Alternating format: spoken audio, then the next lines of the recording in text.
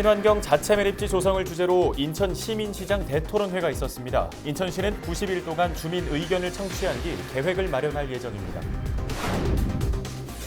착공 11년 만에 개통한 인천 월미 바다열차가 운행 시작 하루 만에 차량 이상으로 한때 운행을 중단했습니다.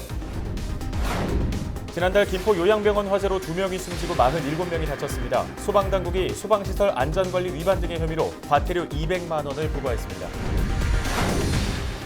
최근 깡통 전세를 이용한 빌라 사기 피해가 늘고 있습니다. 부천 지역 피해 사례와 함께 실정 살펴봅니다.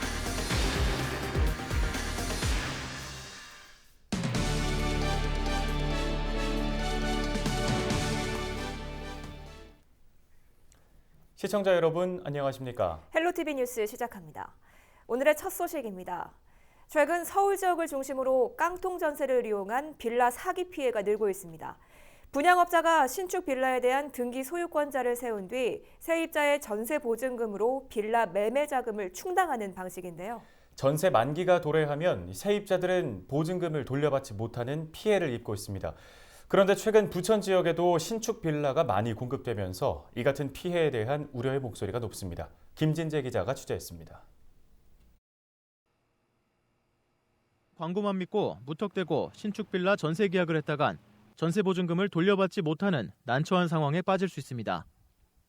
최근 매매가보다 전세가가 높은 일명 깡통 전세로 인한 사기 피해가 신축 빌라를 중심으로 발생하고 있기 때문입니다.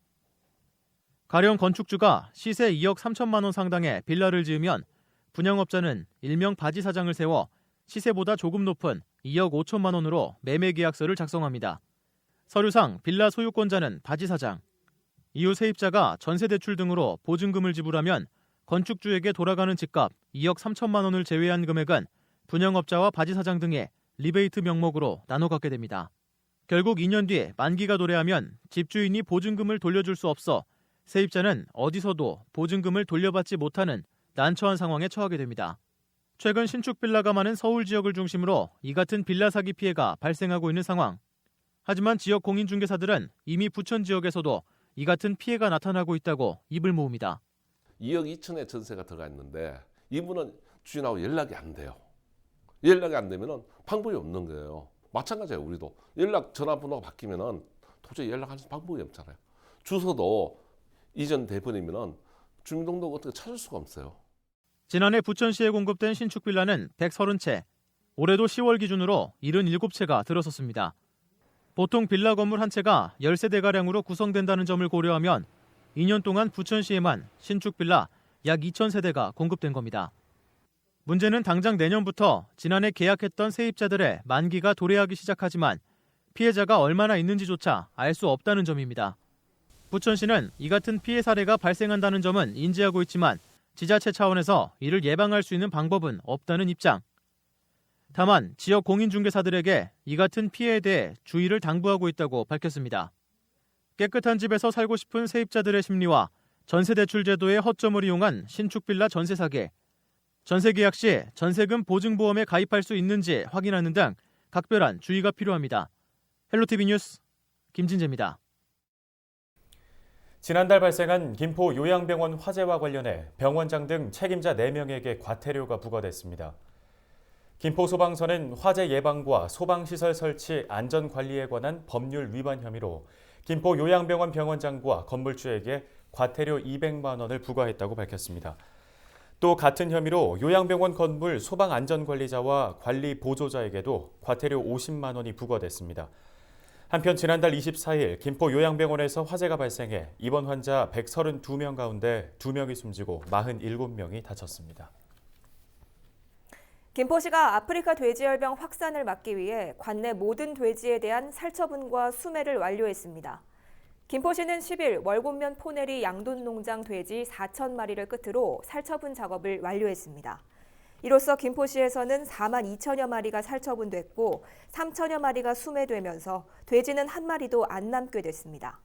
김포시는 모든 돼지에 대한 살처분을 완료했지만 다음 달 초순까지는 방역 작업을 진행할 방침입니다.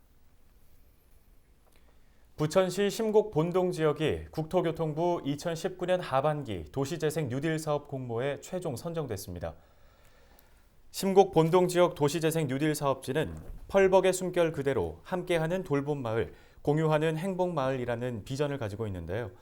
이번 공모에서 주민 공동체 활성화와 골목 상권 활력 증진을 목표로 하는 일반 근린형 부문에 선정됐습니다.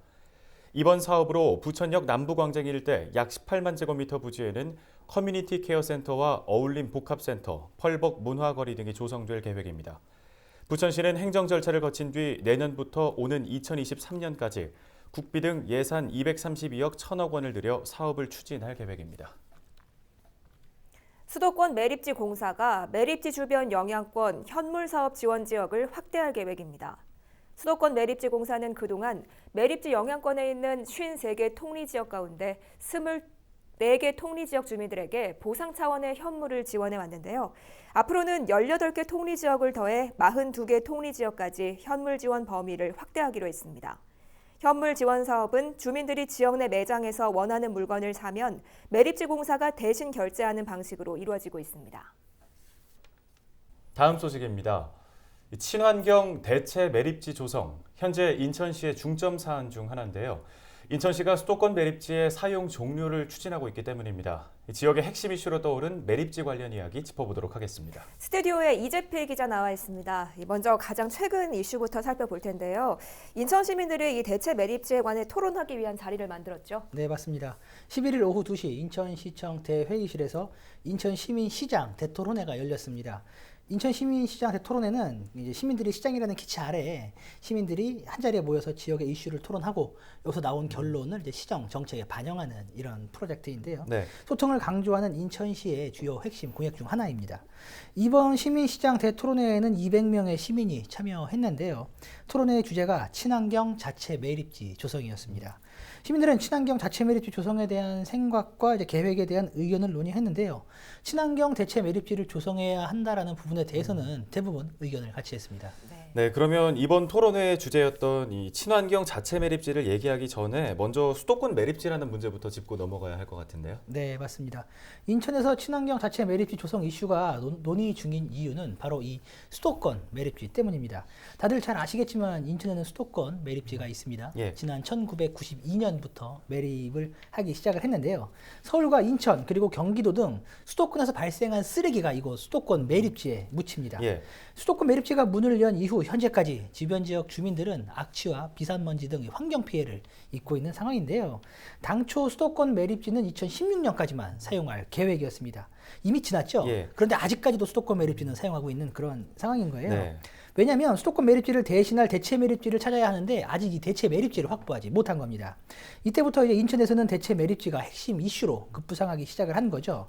원래 관련법상 쓰레기는 그 발생지 처리 원칙이 있어요. 이게 무슨 말이냐면 서울에서 나온 쓰레기는 서울에서 처리를 하고 인천에서 나온 쓰레기는 인천에서 처리를 하는 게 원칙이라는 거예요. 예. 네. 그런데 수도권 매립지라는 특수성 때문에 수도권에서 나온 쓰레기는 모두 인천에서 묻힌 이런 상황인 겁니다. 그런데 이제 수도권 매립지 종료를 두고 인천시와 서울시 그리고 이제 경기도가 대체 매립지를 찾고 있는데 님비 시설이다 보니까 대체 매립지 확보를 못하고 있는 그런 예. 상황인 거예요. 그래서 세 곳의 광역 단체들은 환경부에서 그러니까 정부에서 나서서 대체 매립지를 조성해 줄 것을 이렇게 촉구하고 있는 그런 상황인데 환경부도 이에 대해 굉장히 이제 회의적인 상황인 거죠. 네. 그렇다 보니까 수도권 매립지를 이제 영구적으로 사용하려는 것 아니냐 하는 이런 의심의 목소리가 지역에서 나오기 시작을 한 겁니다. 네. 그러자 박남춘 인천시장은 오는 2025년에는 무조건 수도권 매립지를 사용 종료한다. 라고 밝혔는데요. 그리고 인천에서 발생한 쓰레기를 처리할 자체 매립지를 추진하겠다. 서울과 경기도 쓰레기를 받지 않겠다라고 이제 강조하고 나선 겁니다. 네. 최근 관련해 박남춘 인천시장이 직접 입장을 밝혔는데요. 한번 보시죠. 매립 종료 시점인 2025년이 다가옵니다. 만약 대체 매립지를 찾는 일정이 차질을 빚어서 수도권 쓰레기 대란이 현실화된다면 그 책임은 인천시에 있지 않음을 이 자리를 빌려 분명히 밝혀둡니다. 존경하는 시민시장 여러분, 인천은 대체 매립지를 구하던 못 구하던 이제는 자체 매립지를 찾아서 친환경 매립을 시작하고자 합니다. 네, 앞서 본 것처럼 인천시는 자체 매립지 조성을 위한 움직임을 계속해서 보이고 있는데요. 현재까지의 활동 상황은 어떻습니까?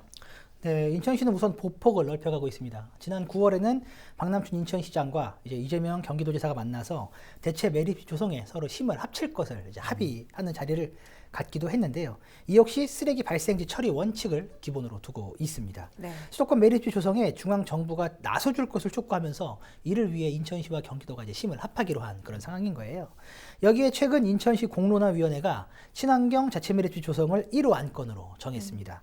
시 공론화위원회는 앞으로 90일간 주민 의견 수렴을 거친 후에 자체 매립지 조성에 대한 이제 결과를 도출할 예정인데요. 인천시가 자체 매립지 조성에 얼마나 큰 관심을 갖고 있는지를 볼 수 있는 대목이 되겠습니다. 네, 잘 알겠습니다. 오늘 이 인천의 대체 매립지 이슈에 관한 이야기는 여기까지 듣도록 하겠습니다. 이재필 기자 수고하셨습니다.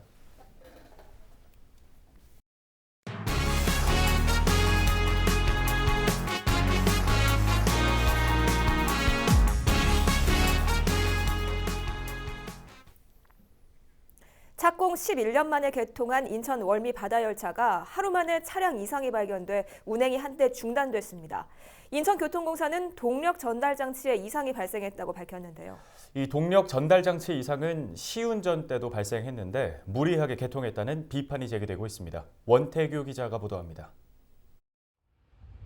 착공 11년 만에 본격 운영에 들어간 월미 바다열차.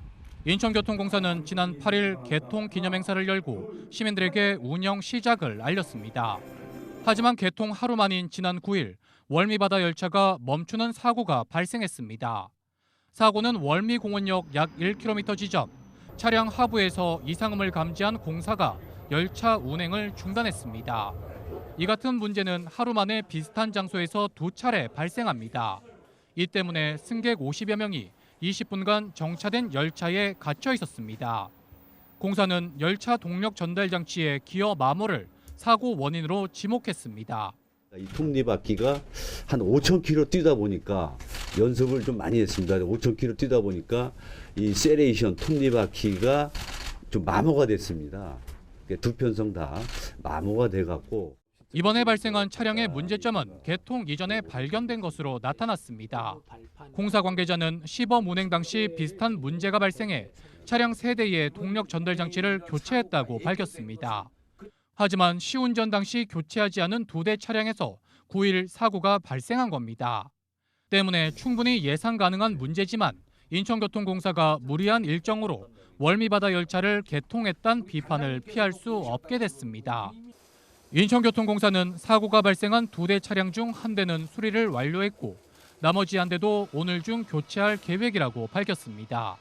또 이번에 문제가 된 동력 전달 장치 전체를 재설계해 이달 중으로 전량 교체할 방침이라고 전했습니다.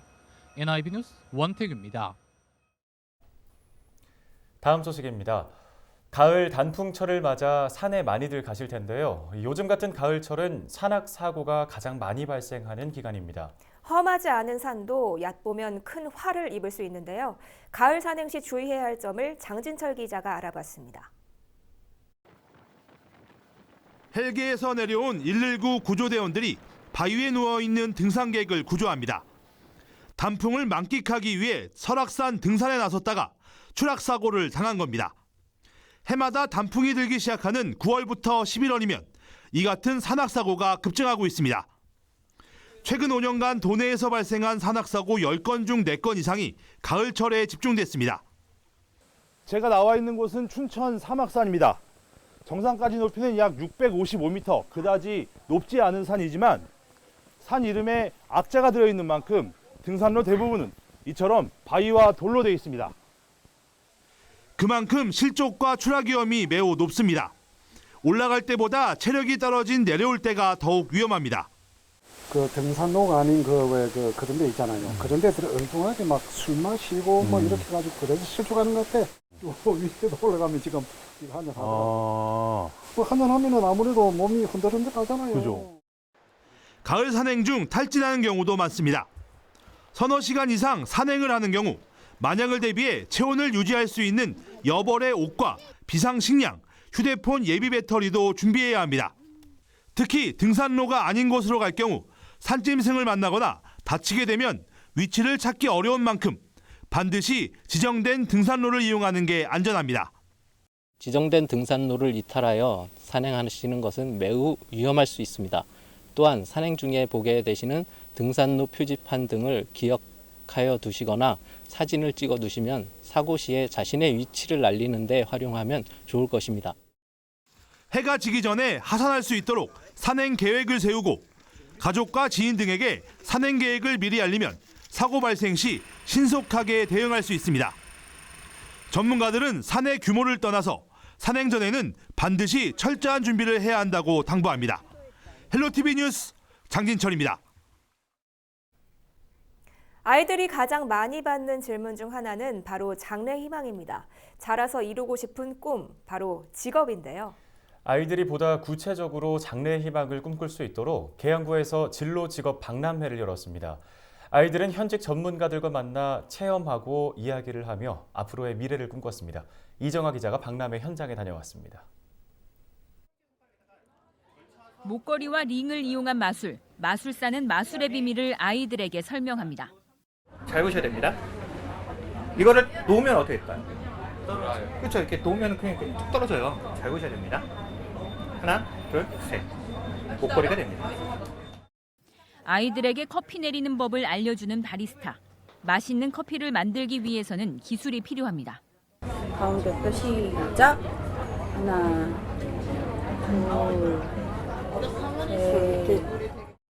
태어나 처음으로 직접 커피를 내려본 아이들. 직접 내린 커피를 마셔보니 감회가 남다릅니다. 사 먹는 것보다 더 맛있어요. 되게 재밌고 생각보다 쉽고 그랬어요. 계양구가 지역 아이들의 진로 결정을 돕기 위해 진로 직업 박람회를 준비했습니다. 박람회에 선보인 직업은 모두 30개. 특히 사물 인터넷과 자율주행 자동차 등 미래 산업 분야와 특수분장사, 플로리스트 등 전문 분야가 총출동했습니다.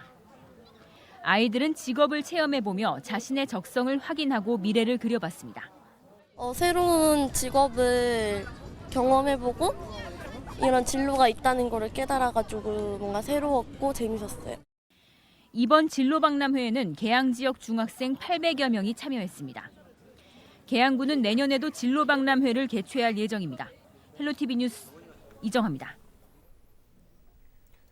다음 주부터 K리그 강등을 결정하는 파이널 결정전이 시작되는 가운데 하위 스플릿에 포함된 인천 유나이티드가 성남과의 원정 경기에 함께할 응원단을 모집합니다. 오는 19일 성남 탄천 종합운동장에서 열리는 34라운드 경기에 참여할 응원단은 성인 10,000원, 청소년 5,000원의 참가비를 내면 전세버스와 입장 티켓, 간식 등의 서비스를 제공받게 됩니다. 리그 11위인 인천은 성남에게 승리할 경우 승점 29점으로 경남의 경기 결과에 따라 10위까지 올라갈 수 있는 기회를 잡게 됩니다. 인천은 최근 무고사의 득점력에 기대를 걸며 잔류를 위한 첫 경기에 총력을 기울일 방침입니다. 사회적 경제 육성 허브 공간 개소식이 지난 10일 부평 사회적 경제 마을센터에서 개최됐습니다.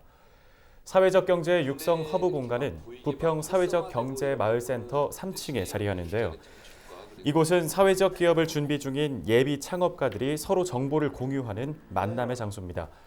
차준택 부평구청장은 사회적 경제에 대한 관심이 확산돼 지역에서 양질의 일자리가 늘어나길 기대한다고 말했습니다.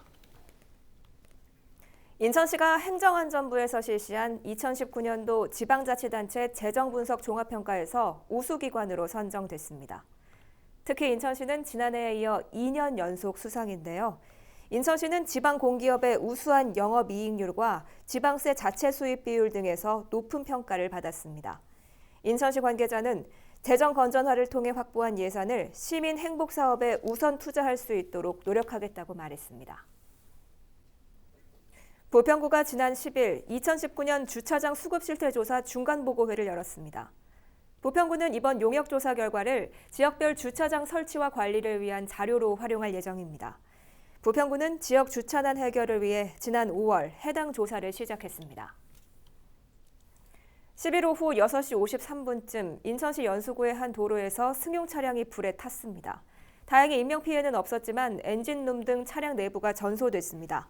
소방당국은 운행 중 본이 돼서 흰 전기가 났다는 차량 운전자의 진술을 토대로 정확한 화재 경위를 조사하고 있습니다. 오늘 저희가 준비한 소식은 여기까지입니다. 헬로티비 뉴스는 언제나 지역 주민 여러분 곁에 있겠습니다. 시청해주신 여러분 고맙습니다.